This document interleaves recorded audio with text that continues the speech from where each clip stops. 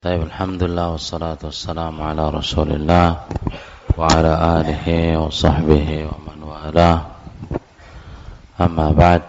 Ikhwani hafizakumullah wa barakallahu fikum. Para ulama mereka membagi tanda akhir zaman itu menjadi 3 macam.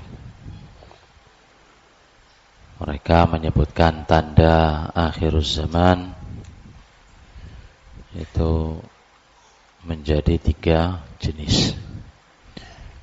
Yang pertama, madad wantahad. Tanda yang sudah nampak dan berlalu, sudah kita lewati dan sudah muncul tanda itu. Nah, di antara contohnya bi'tsatun Nabi sallallahu alaihi wasallam. Diutusnya Rasulullah itu tanda akhir zaman. Karena dalam hadis sahih Nabi sallallahu alaihi wasallam bersabda, "Bu'ithtu ana was-sa'ah kahadain." Aku diutus dengan hari kiamat seperti ini. Wa asyara bi usbu'aihi as-sababah wal wusta. Dan Nabi SAW memberikan isyarat dengan 2 jarinya, telunjuk dan tengah. Nabi SAW bersabda, "Bu'ithtu ana was-sa'ah kahadain." Aku diutus oleh Allah Subhanahu wa taala dengan hari kiamat itu seperti ini. Maksudnya dekat sekali. Mungkin kita bertanya, loh, sekarang ini sudah 14 abad. 1400 tahun ini cukup lama sekali. Nah, dilihatnya ikhwani hafizakumullah dibandingkan dengan masa umat-umat terdahulu. Sejak zamannya Nabi Adam sampai sebelumnya diutus Nabi Muhammad SAW, mungkin ratusan ribu tahun masa mereka. Nah, dibandingkan dengan diutusnya Nabi Muhammad SAW, dekat sekali dengan hari kiamat. Nah, kalau dilihat dari lamanya umat-umat terdahulu dengan para nabi dan para rasul yang Allah Subhanahu wa taala utus. Artinya masa Rasulullah SAW di ujung, dekat sekali dengan hari kiamat. Ya, contoh yang lain, siapa yang bisa menjawab? Yang sudah muncul. Anak kasih hadiah biar nak ngantuk.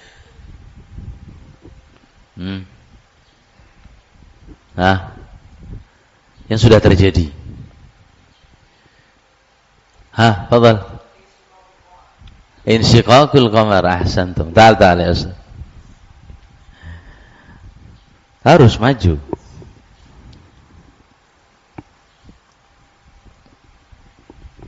Jazakallah khair. Fadhal. Insyiqaq al-qamar. Fadhal. Jazakallah. Wa iyyak, barakallahu fik. Insyiqaq al-qamar. Terbelahnya apa? Bulan. Al-Qur'an yang berbicara. Iqtarabatis sa'atu wansyaqqal qamar. Dekatnya hari kiamat dan bulan terbelah.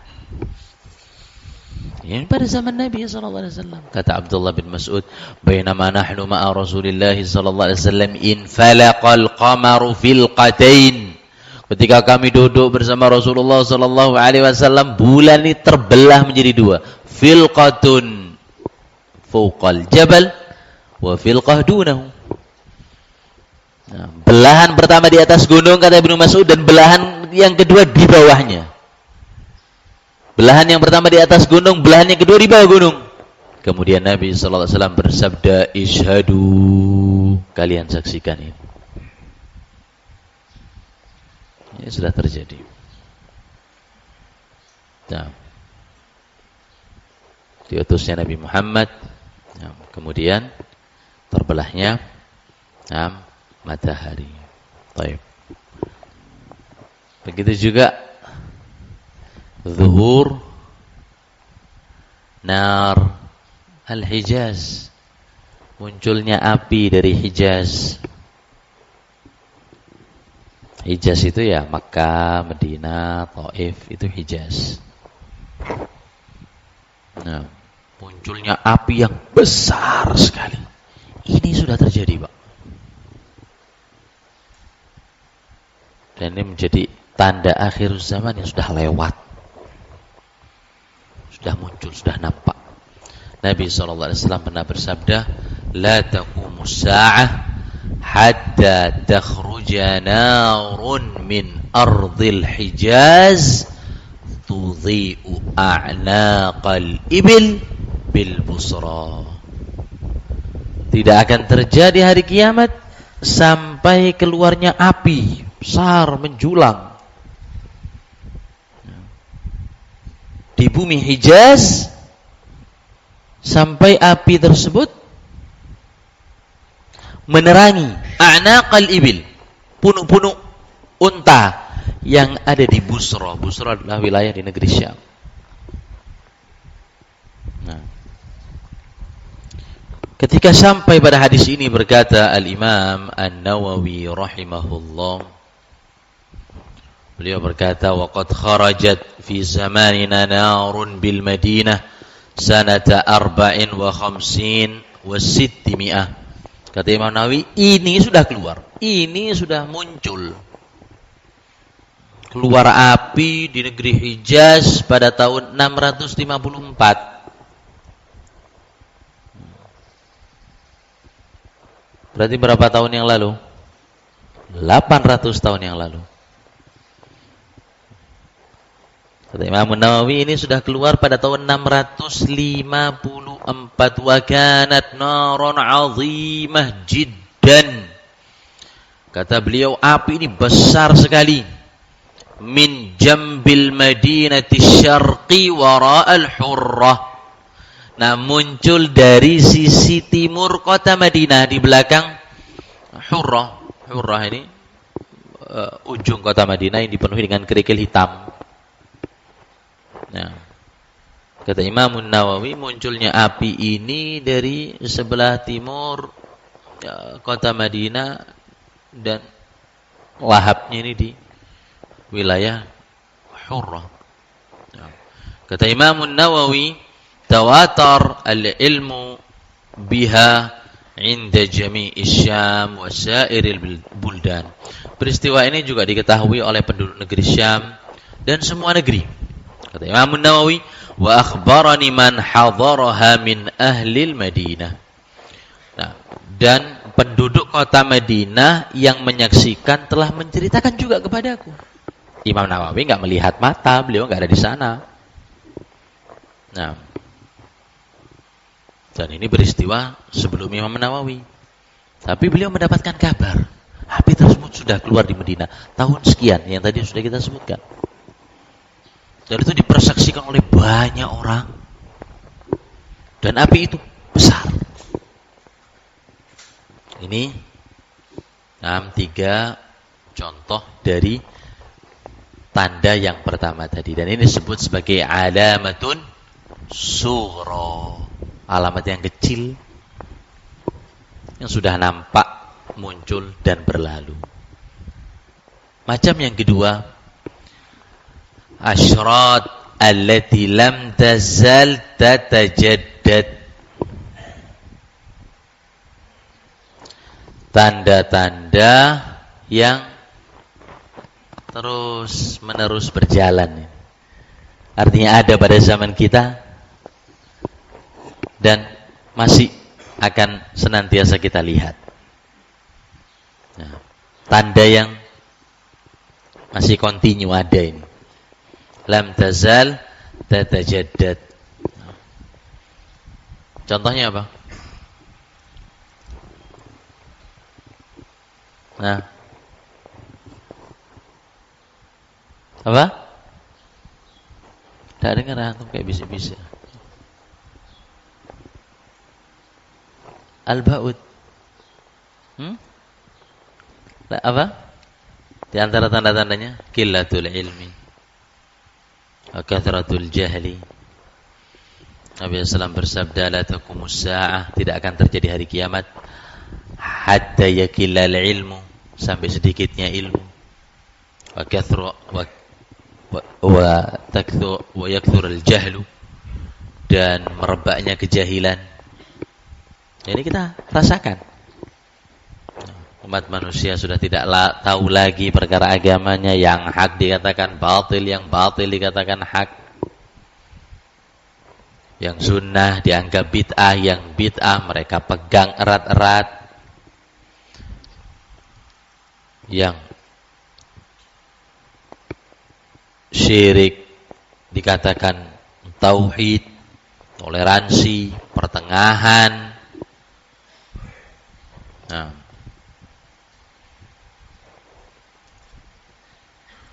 kemudian yang tauhid, ahli sunnah, nah, dianggap menyimpang, ekstrim, garis keras, wahabi, nawasib, dan lain sebagainya.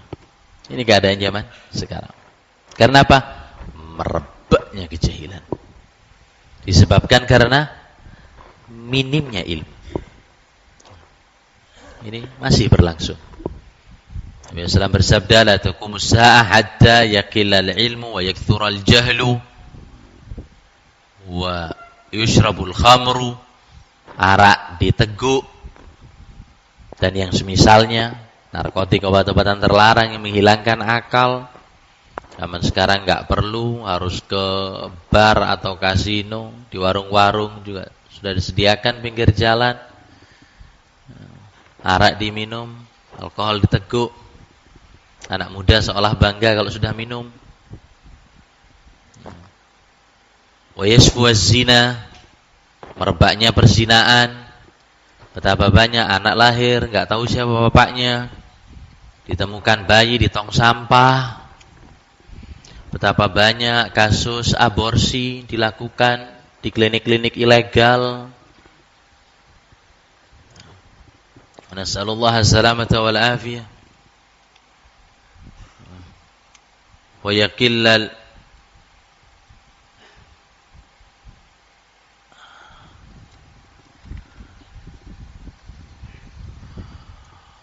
wa takthurun nisa wa yakillu rijal hatta la takum as-sa'a hatta takun li 50 imra'atin qayyim wahid. Dalam hadis Nabi SAW, sedikitnya kaum laki-laki, banyaknya kaum wanita, dan tidak akan terjadi hari kiamat sampai 50 banding 1. Satu laki banding berapa? 50. Nah, lakinya 1, 50 wanitanya. Berarti satu laki kalau punya 4 istri pun enggak cukup. 1 banding 50 piye? Nah, dan ini kita lihat kebanyakan di rumah-rumah kaum muslimin. Nah, sedikitnya laki dan banyaknya perempuan. Ya mungkin sebabnya peperangan. Nah, peperangan yang ikut ya kaum laki-laki, sehingga jumlah mereka semakin merosot. Kemudian juga ketetapan Allah Subhanahu wa taala, banyaknya lahir perempuan daripada kaum pria. Nah, dan ini merupakan alamat yang terus berjalan. Begitu pula apa? Tanda yang lain, munculnya orang-orang yang ngaku menjadi nabi. Nah, di Makassar sana, Isa Bugis, aku jadi misal Masih, kemudian ngaku jadi nabi, kemudian ngaku jadi Imam Mahdi, 3 in 1. Sesuai dengan sabda Nabi SAW, la taqumus sa'a hatta, tidak akan terjadi hari kiamat sampai munculnya 30 kadzabuna kulluhum yazumu annahu nabi, 30 orang semuanya mengaku dirinya menjadi nabi. Dihukumi oleh Rasulullah sallallahu alaihi wasallam 30 dajjalun, mereka adalah para dajjal, pendusta, pembohong besar. Ya, ini sudah mulai bermunculan. Di zaman Nabi sallallahu ada yang mengaku menjadi nabi, Musailamatul Kadzdzab. Sudah ada sejak zaman Nabi sallallahu tapi belum dibunuh di akhir zaman Nabi. Kemudian dibunuh pada zamannya Abu Bakar. Begitu pula seorang wanita bahkan mengaku menjadi nabiyah yang bernama Sajah. Sajah ini dinikahi oleh Musailamatul Kadzdzab. Ngaku nabi menikah dengan wanita yang mengaku nabi juga. Walaupun sebagian literatur mengatakan Sajah ini sempat taubat, tapi nggak tahu keabsahan taubatnya dia. Nah, begitu juga Al-Aswad Al-Insi. Nah, mengaku menjadi nabi di negeri Yaman. Begitu pula Al-Harith, Al-Kadzdzab, Al-Mukhtar. Aku menjadi nabi dan dibunuh oleh Khalifah Abdul Malik bin Marwan. Nah, di India, siapa yang ngaku menjadi nabi? Mirza Ghulam Ahmad Al-Qadiani. Yang mengaku Jibril datang merasuk pada dirinya. Nah,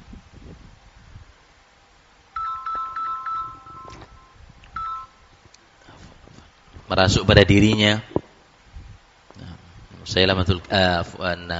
Mirza Ghulam Ahmad Al-Qadiani. Mungkin yang lain seperti banyaknya gempa bumi. La taqumus sa'ah hatta takthura az-zalazil.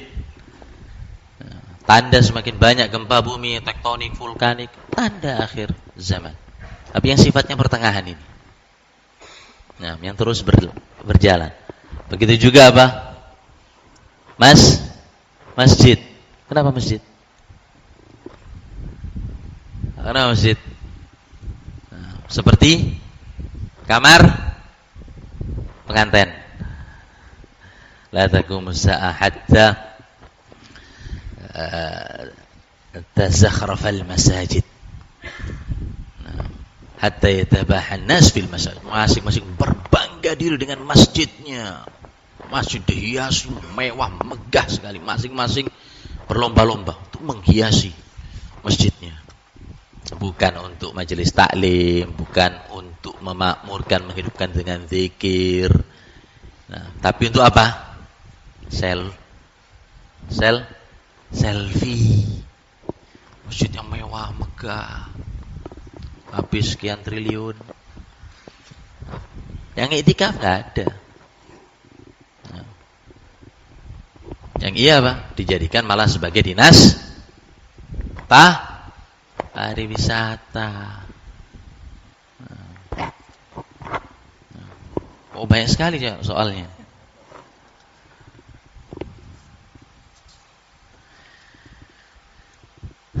Baik, kemudian ini yang kedua yang disebut sebagai alamatun wusta. Nah, alamat yang ideal, yang pertengahan. Kalau tadi kecil, ini pertengahan. Kemudian yang ketiga yang terakhir, asyratun kubra, tanda hari kiamat yang besar, dan ini tidak terjadi kecuali sudah dekatnya dengan hari kiamat. Nah, antum sudah tahu semua turunnya Dajjal. Nah, kemudian turunnya Isa Al-Masih di Manaratun Asy-Syarqiyah. Nah, di menara yang berwarna putih di Masjid Damaskus, dan diselidiki oleh pakar sejarah, enggak ada masjid yang dimaksud di sini kecuali Masjid Jami' Al-Umawi. Nah, dan masjid itu pun menaranya sekarang sudah berwarna putih. Maka Isa akan turun di masjid di Damaskus, di Dimask, nah, di sebagian timur, pada menara yang berwarna putih, yang kemudian akan mengejar Dajjal sampai Dajjal leleh dan terbunuh di Babulut. Nah, di Palestina, nanti ikhwani afidakumullah, urusan hari kiamat semuanya kembali ke negeri Syam. Semua mata akan ke sana. Sudah nggak akan tersebut ini Amerika, Eropa, hilang itu semua. Perkara kaum muslimin di akhir zaman akan menyita perhatian nanti di negeri Syam. Kembalinya akan ke Palestina. Dajjal akan terbunuh di sana. Kemudian Mahdi, Ya'juj, Ma'juj dan lain sebagainya. Nah, maka tiba saatnya kemudian malaikat Israfil meniupkan sangkakala, terjadi huru-hara akhir zaman, bumi digoncangkan dengan sedahsyat-dahsyatnya, gunung akan dihancurkan, langit akan dilipat. Semua itu kemudian diterbangkan bagai bulu yang berhamburan. Manusia pada saat itu seperti belalang yang berterbangan. Lautan meluap, airnya menyala, langit rapuh dan terbelah, cahaya bulan hilang, bintang berjatuhan, matahari pun digulung oleh Allah Subhanahu wa taala. Idza rujjatil ardu rajja,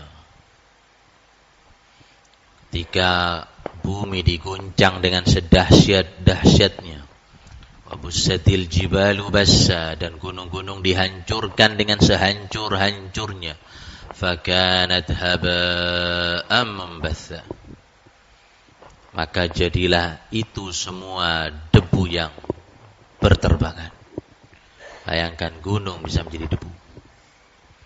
Sallallahu alaihi wasallam wal afiyah. Idza syamsu kuwirat, ketika matahari digulung, wa idza nujumun kadarat, ketika bintang berjatuhan. Ini semua pada hari kiamat.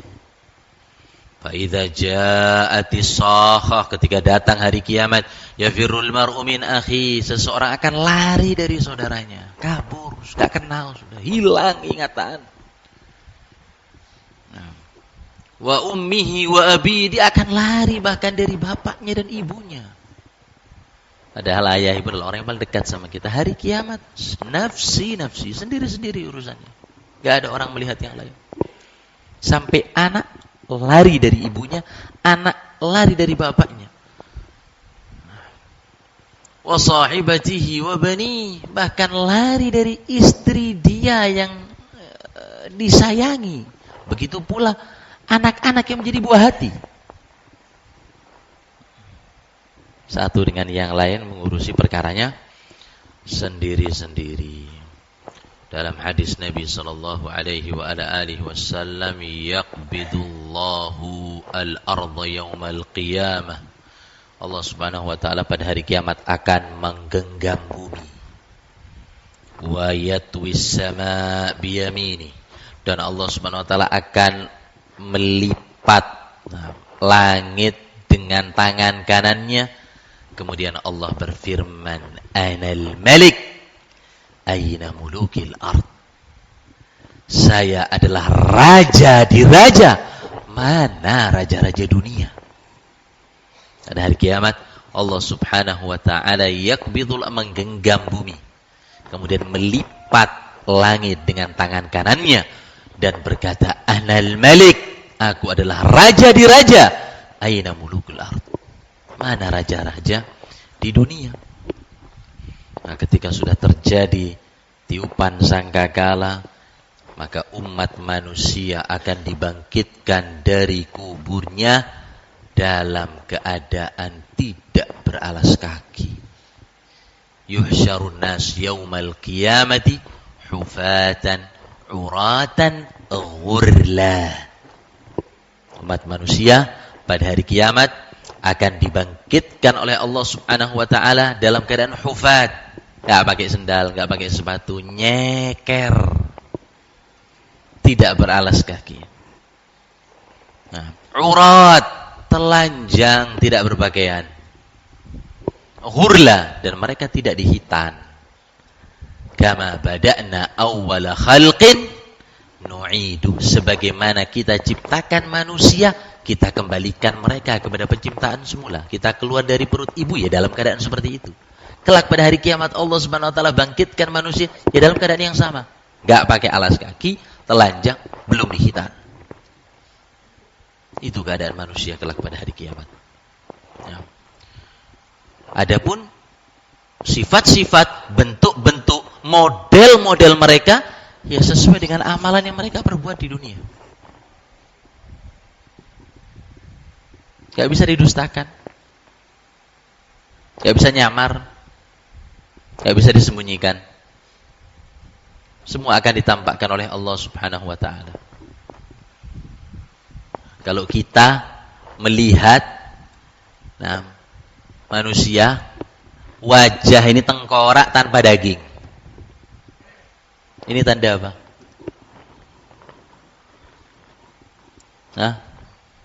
Tanda apa? Anda punya hadiah terakhir. Antum sudah makan? Sudah makan? Ana belum. Dalam keadaan apa? Siapa tadi yang jawab? Fadhal. Ahsan, fadhal. Monggo. Berarti orang ini suka apa? Begini. Kelak pada hari kiamat akan dibangkitkan oleh Allah Subhanahu wa taala, wajahnya tidak berdaging. Barakallahu fiik. Nabi sallallahu alaihi wasallam bersabda, "Ma yazalur rajulu yas'alun nas." Umat manusia ketika suka meminta kepada orang lain hatta ya'ti yaumal qiyamah, dan dia akan datang kelak pada hari kiamat, laisa fi wajhihi muz'atu lahmin. Di wajahnya dia enggak punya daging. Hancur wajahnya. Karena kenapa? Dia nggak punya malu di dunia, suka minta-minta, dikit-dikit minta-minta. Pada hari kiamat wajah ini nggak ada daging. Terus apa lagi kira-kira? Manusia seperti semut kecilnya. Siapa ini? Dalam hadis Nabi sallallahu alaihi wasallam, sudah habis dia.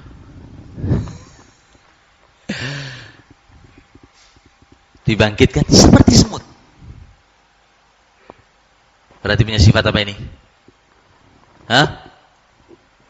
Sifat apa? Sombong. Manusia yang congkak di muka bumi, sombong di dunia, kelak akan Allah Subhanahu wa taala bangkitkan pada hari kiamat seperti semut. Menjadi manusia kecil sekali. Tahu, oh ini orang sombong berarti di dunia dulu. Pada hari kiamat. Apalagi?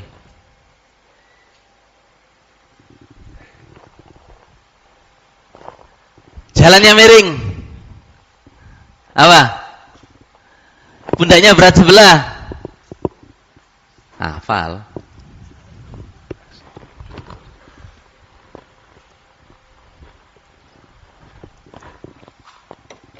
Kenapa kalau pundaknya sebelah?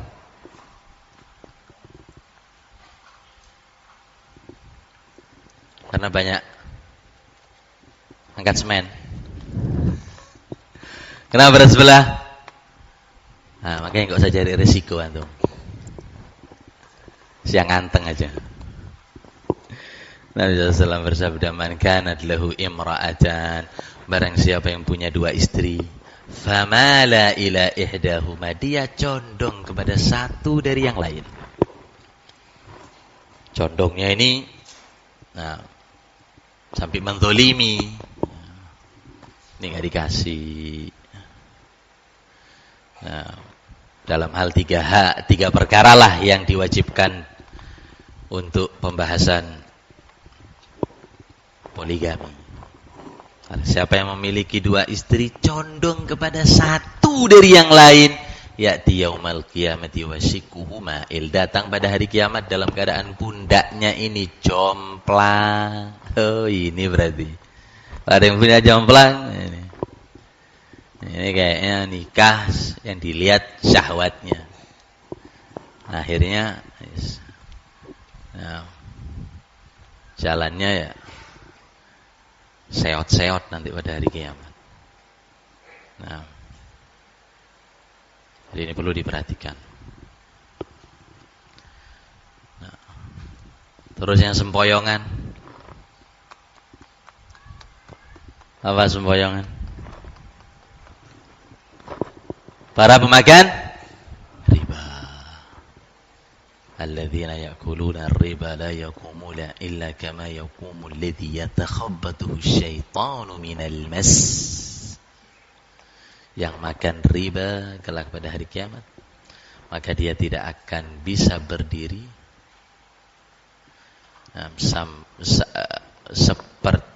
seperti orang yang kerasukan. Tidak berdiri kecuali seperti berdirinya orang yang kerasukan. Para pemakan riba.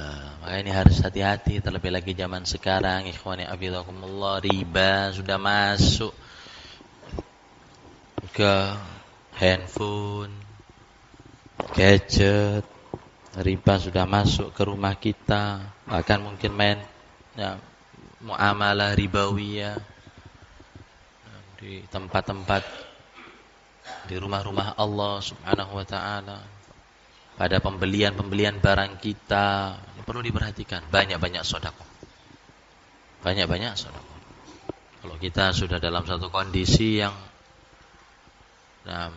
tipis sekali untuk membedakan mana yang halal, mana yang haram, banyak-banyak sedekah. Kalau Anda merasa itu merupakan perkara-perkara kadar minimnya syubhat, banyak infak di jalan Allah Subhanahu wa taala untuk melebur. Ini kondisi para pemakan riba. Adapun matahari pada hari kiamat akan mendekat kepada kepala umat manusia, tadnu syams ala ru'usil khalaiq qadra mil, di atas kepala cuma 1 mil saja. Maka mereka akan mengeluarkan keringat. Faminhum man wasala ila ka'bihi, ada yang keringatnya sampai mata kaki, ada yang keringatnya sampai tumit. Wa minhum man yuljimuhul 'araqu iljama, dan di antara mereka ada yang tenggelam dengan keringatnya sendiri, masing-masing sesuai dengan amal perbuatan yang mereka lakukan. Kemudian Allah Subhanahu wa taala yu'ta bi jahannam wa laha 70,000 zimam. Kemudian neraka Jahannam akan didatangkan dengan memiliki 70.000 kendali. Wa ala kulli zimamin 70,000 malak. Dan setiap kendali akan dipegang, akan ditarik oleh 70.000 malaikat. Pada hari kiamat akan didatangkan neraka oleh Allah Subhanahu wa taala yang memiliki 70 kendali. Setiap kendali dipegang oleh 70.000 malaikat. Berarti berapa yang megang neraka Jahannam jumlahnya? Berapa? 70.000 kendali kali 70.000 malaikat. 70.000 kali 70.000 berapa? Berapa? 4.900.000. 4,9. 4,7.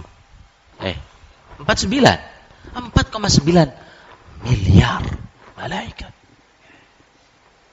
Menunjukkan kepada kita betapa besarnya neraka Jahannam. Betapa besarnya neraka Jahannam.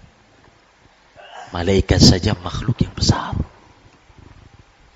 Maka Nabi SAW pernah mensifati malaikat pembawa singgasana Allah Subhanahu wa ta'ala ma baina atikihi ila syahmati udhunai, jarak antara daun telinga dengan pundaknya saja. Daun telinga dengan pundak itu perjalanan 700 tahun. Berapa juta mil? Perjalanan 700 tahun. Manusia berjalan non-stop. Kira-kira berapa jarak yang dia bisa tempuh? 700 tahun. Mungkin ribuan mil. Itu baru jarak antara daun telinga dengan pundaknya. Bagaimana dengan tubuhnya malaikat? Dan yang memegang neraka 4,9 miliar malaikat.